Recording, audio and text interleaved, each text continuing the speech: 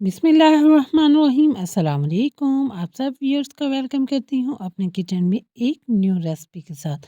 Viewers, आज की recipe में आपके साथ शेयर करूँगी कि घर पर हम किस तरह से क्रिस्पी और क्रंची नमक पारा तैयार कर सकते हैं। रेसिपी शुरू करने से पहले अगर चैनल पर न्यू है तो चैनल को लाइक शेयर और सब्सक्राइब ज़रूर कर लिया करें। अब शुरू करते हैं अपनी यमी सी और क्रिस्पी से नमक पारा की रेसिपी। यहाँ पर तकरीबन 2 कप मैंने मैदा लिया था और उसको अच्छे से छान लिया था। हाफ टी स्पून मैंने इसमें नमक शामिल किया था। 1 टीस्पून ज़ीरा शामिल करेंगे। इसको मैं हाथों की मदद से क्रश करके इसमें शामिल करूँगी। हाफ टी स्पून यहाँ पर मैंने अजवाइन ली थी, उसको मैं हाथों की मदद से क्रश कर लूँगी ताकि वो 2 पार्ट्स में डिवाइड हो जाए और जो हमारा नमक पारा है उसमें इसका टेस्ट बहुत ही अच्छा आता है। 4th कप मैंने यहाँ पर मेल्टेड घी शामिल किया था। हम यहाँ पर घी शामिल करेंगे, इससे हमारे नमक पारा बहुत ही क्रिस्पी बन के तैयार होते हैं। हम इसमें ऑयल शामिल नहीं करेंगे।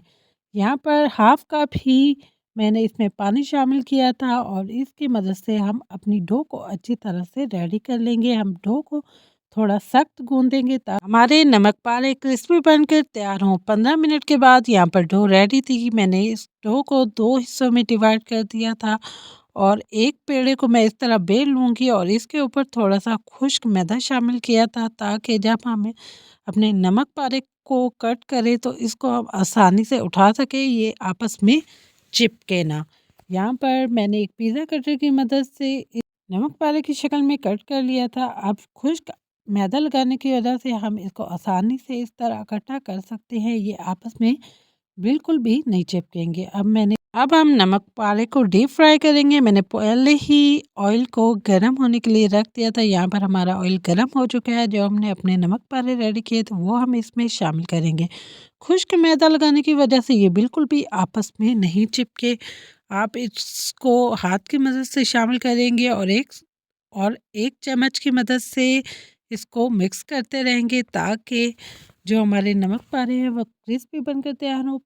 3 मिनट में यहाँ पर हमारे क्रिस्पी और क्रंची से नमक पारे रेडी हो चुके हैं। इसी तरह से मैंने सारे नमक पारे रेडी कर लिए थे।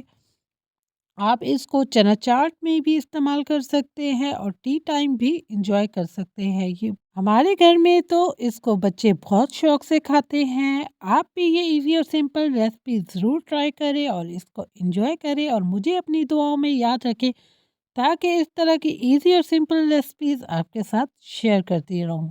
Thank you watching my video.